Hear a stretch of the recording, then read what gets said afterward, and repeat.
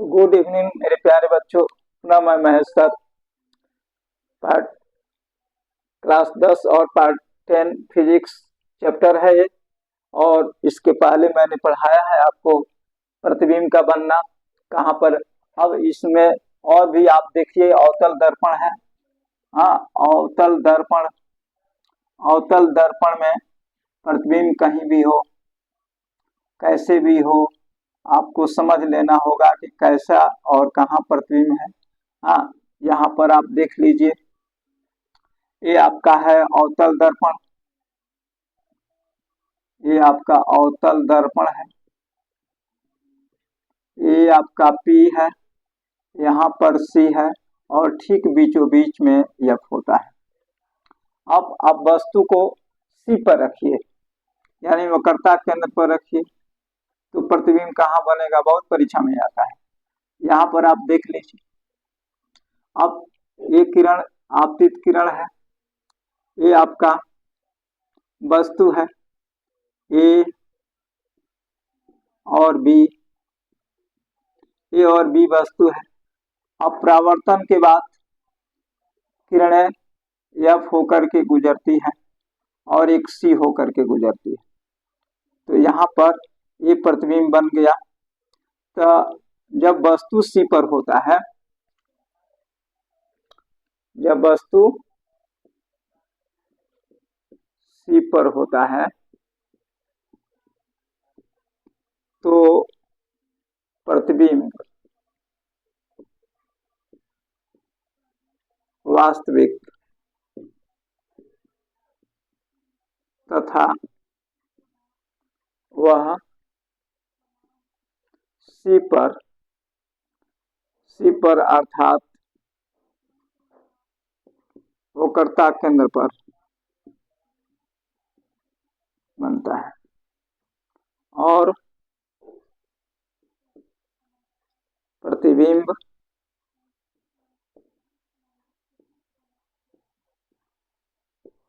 वस्तु के आकार के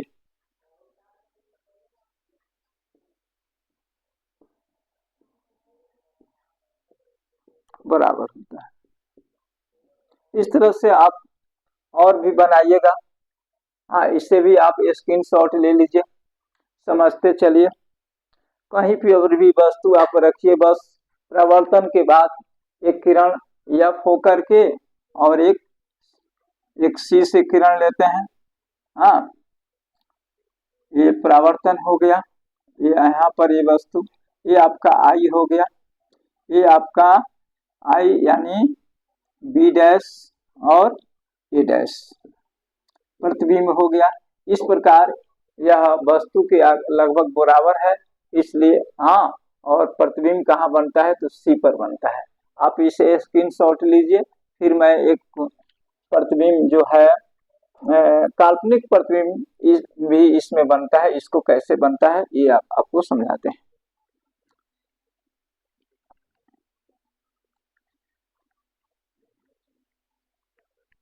इसे आप घर पर प्रैक्टिस करिएगा, अच्छा रहेगा, प्रैक्टिस से ही बनता है।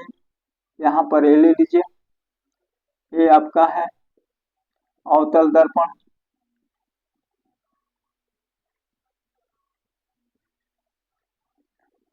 ये आपका P है, यहाँ पर C है, यहाँ पर आपका F है। वस्तु के आप यहाँ ले लीजिए, P और F के बीच में वस्तु कहाँ है, वस्तु P तथा F के बीच में है। तो प्रतिबिंब आप देखिए, परावर्तन के बाद हमेशा F होकर के ही गुजरेगा।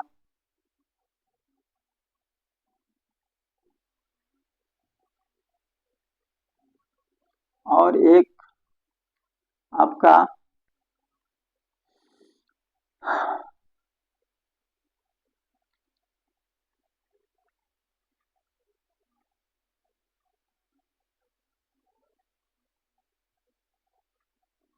सी होकर के गुजरेगा। तो यहाँ पर आप देखते हैं कि बहुत दूर जाने के बाद भी ये वस्तु एक दूसरे को, ये किरण एक दूसरे को और दूर होता जा रहा है, बल्कि एक दूसरे को क्रॉस नहीं कर रहा है। इस स्थिति में हम क्या करते हैं कि यहाँ पर सीधी सीधी इसी रेखा में इस तरह से इसको बढ़ाते हैं। हाँ, एक सीधी रेखा में इसको हम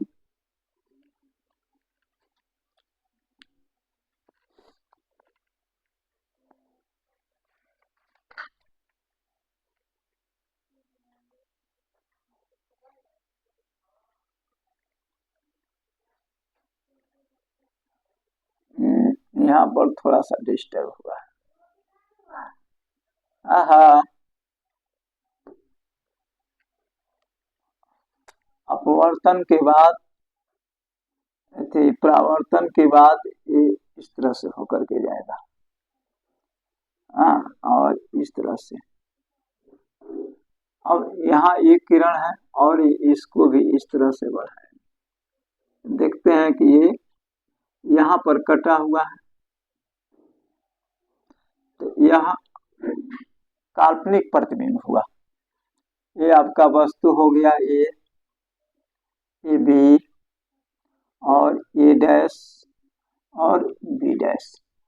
तो ए डैश बी डैश, ए डैश बी डैश दर्पण के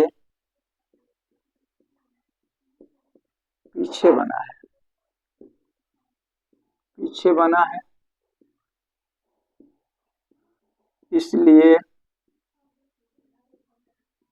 यह एक काल्पनिक प्रतिबिंब है, वर्चुअल इमेज, काल्पनिक प्रतिबिंब है, काल्पनिक प्रतिबिंब है। और वस्तु की अपेक्षा, वस्तु के अपेक्षा बड़ा है।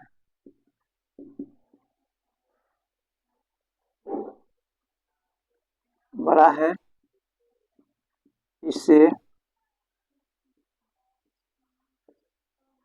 पर्दे पर नहीं देखा जा सकता, देखा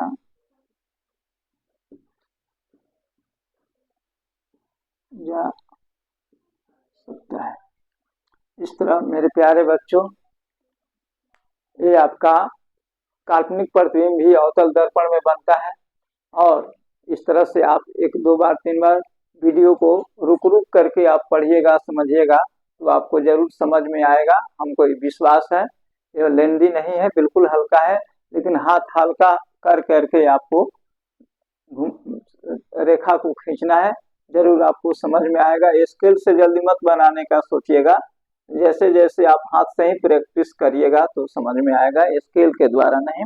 तो इस तरह से अवतल दर्पण में प्रतिबिंब आपका बनता है। दूसरा एक है आपको कि मान लीजिए कि उत्तल दर्पण में प्रतिबिंब कैसे बनता है, तो उत्तल, इसका स्क्रीनशॉट ले लीजिए। उत्तल दर्पण में प्रतिबिंब कैसे बनता है, स्क्रीनशॉट ले लीजिए, देखते हैं।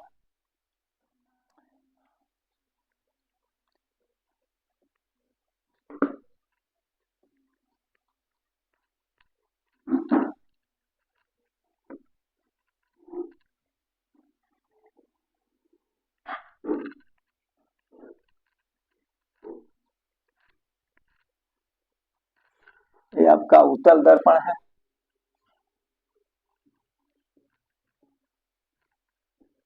उत्तल दर्पण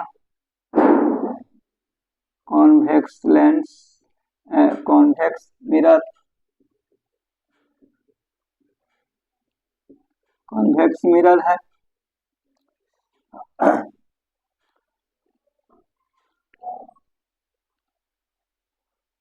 कॉन्वेक्स मिरर है, आप इसको देखिए इस तरह से, ये आपका अंदर से कलाई कर दिया जाएगा, ये आपका हो जाएगा उत्तल दर्पण। अंदर से कलाई करिएगा, ये हो जाएगा उत्तल दर्पण। और ये भी ध्यान में रखिए कि और उत्तल दर्पण में प्रतिबिंब हमेशा काल्पनिक बनता है, चाहे वह वस्तु कहीं भी हो, चाहे वह वस्तु कहीं भी हो, हमेशा प्रतिबिंब इसमें काल्पनिक यानी आभासी प्रतिबिंब बनता है। इस तरह से है। यहाँ पर एक वस्तु यहाँ पर ले लीजिए, ए और बी एक वस्तु है, यहाँ पर ये किरण गई। ठीक जैसे अवतल दर्पण में हम लेते थे उसी प्रकार यहाँ भी लेंगे, लेकिन ये परावर्तक सतह है तो यहाँ पर ये आपका दिखाया जाएगा, ठीक ये एफ होकर के जाएगा, ये आपका एफ होकर के इस तरह से जाएगा, और एक आपका सी होकर के,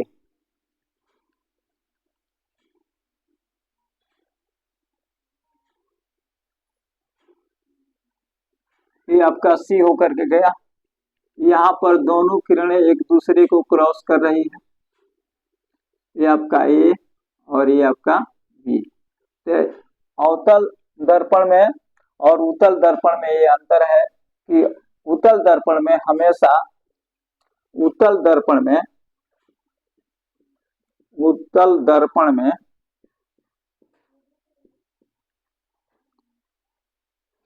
प्रतिबिंब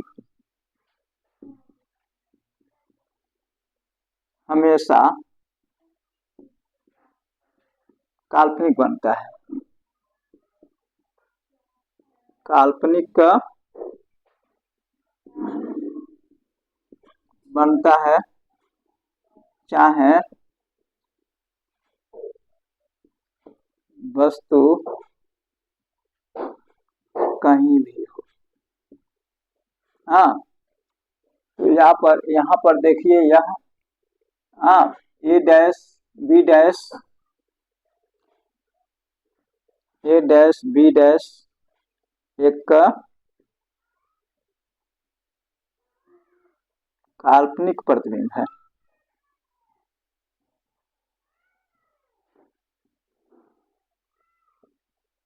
तो इस तरह से उत्तल दर्पण भी अगर आपकी परीक्षा में आवे तो आप आराम से उसमें प्रतिबिंब दिखा सकते हैं, समझ सकते हैं। इसमें भी एफ और सी को ही लेना है, एफ और सी को ही लेना है। और हमेशा एक बार, दो बार, तीन बार, चार बार, पांच बार आप समझिएगा तो बिल्कुल सब बनाने की कोशिश करिएगा। हमेशा मैंने स्केल का सहारा ना लेकर के तेजी से आप बनाइएगा, समझ जाइएगा तो हमेशा बन जाएगा। परीक्षा में आपको बराबर आता है कि किस अवतल दर्पण में जो प्रतिबिंब होता है वास्तविक और काल्पनिक दोनों होता है, पर जब अवतल दर्पण में वस्तु पी और एफ के बीच में होता है तभी काल्पनिक प्रतिबिंब बनता है, पर उत्तल दर्पण में हमेशा काल्पनिक ही प्रतिबिंब बनता है, चाहे वस्तु जहां भी हो। तो इस तरह से मेरे प्यारे बच्चों, आप इसे समझ गए होंगे कि कैसे प्रतिबिंब को दिखाया जाता है किरण आरेख के द्वारा।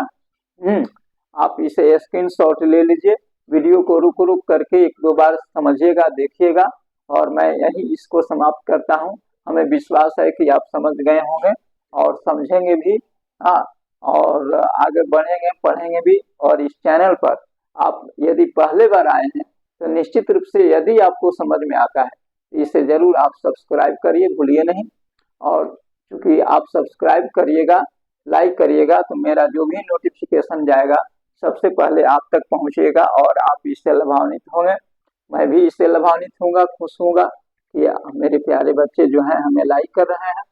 तो आप जैसे लाइक करिएगा, सब्सक्राइब करिएगा, हमारे मन में उत्साह पैदा होगा और ज़्यादा से ज़्यादा पढ़ाने का कोशिश करूँगा। तो इसलिए आप इसे एक बार दो बार देखिए, समझिए, बिल्कुल इजी मेथड से मैं पढ़ाता हूँ। और आगे बढ़ते रहिए। जय हिंद, जय भारत।